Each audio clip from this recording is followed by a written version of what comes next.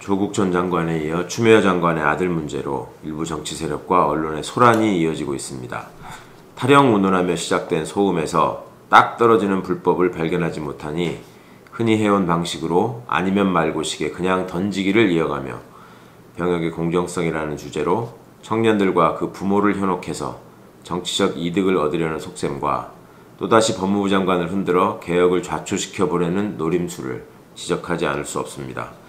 이처럼 정치적 이득만을 노려 맥락 없는 연기를 피워올리는 정파의 행태는 익숙한 대잡이라 할 것이고 부안해동하며 부채질하는 언론의 행태 또한 식상할 정도입니다.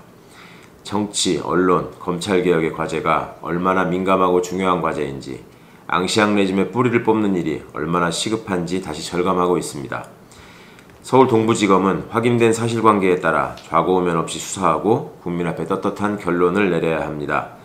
만일 야당이 검찰 수사를 못 믿겠다면 더 이상의 혼란을 가중시키지 말고 법대로 공수처를 출범시켜 판단하게 합시다.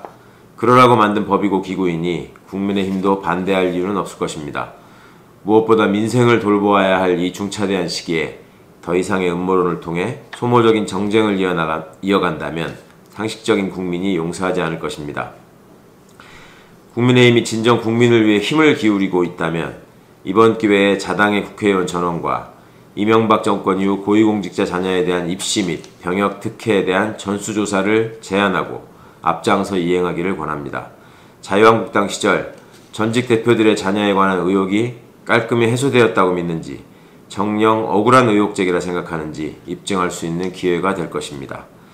법무부 장관에 대한 무책임한 의혹제기를 보며 진심으로 검찰의 정상화를 기대하는 뜻으로 벌이는 일이라면 대검찰청 감찰 기능의 정상화에도 적극 협력해 줄 것을 촉구합니다. 과거 검찰 권력이 묻어두거나 조작했던 사건들, 특히 권력과 돈 앞에 부당하게 법을 적용한 사례, 김학의 사건 등으로 민낯을 드러낸 제19 감사의 실체를 겸허하게 돌아보며 저희 당이 앞장서 요구했던 바와 같이 수사기관 감찰 기능의 독립성 개선까지 나아가길 기대합니다.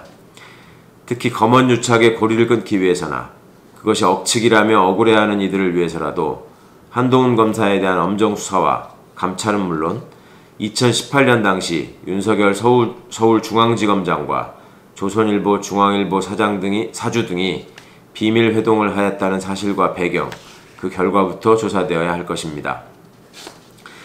질병관리청의 승격을 맞아 문재인 대통령의 의전과 격식을 넘어서 청주의 질병관리본부에 직접 방문해 신임 청장에게 임명장을 수여한 행사에 따뜻한 박수를 보냅니다. 코로나19 사태의 최전선에서 불철주야로 업무에 매진하고 있는 정은경 질병관리청장을 비롯한 질병관리청 직원들의 노고를 잊지 않겠다는 국민의 마음이 함께한 행사라 여기기 때문입니다. 우리는 언제나 힘과 뜻을 다해 국난을 극복해왔듯이 모두의 정성으로 코로나 위기를 극복해 나갈 수 있다고 믿어 의심치 않습니다. 재난지원금은 국가의 주인인 국민에 대한 정부의 연대, 지지, 그리고 책임감의 표현입니다. 그래서 국민은 한번 정부의 돈에 맛을 들이면 거기서 떨어져 나가려고 하지 않는다라는 김종인 위원장의 인식과 발언에 개탄하지 않을 수 없습니다.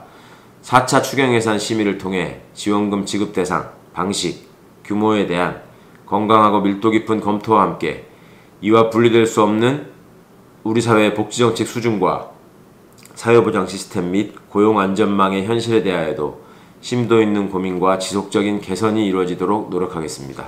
감사합니다.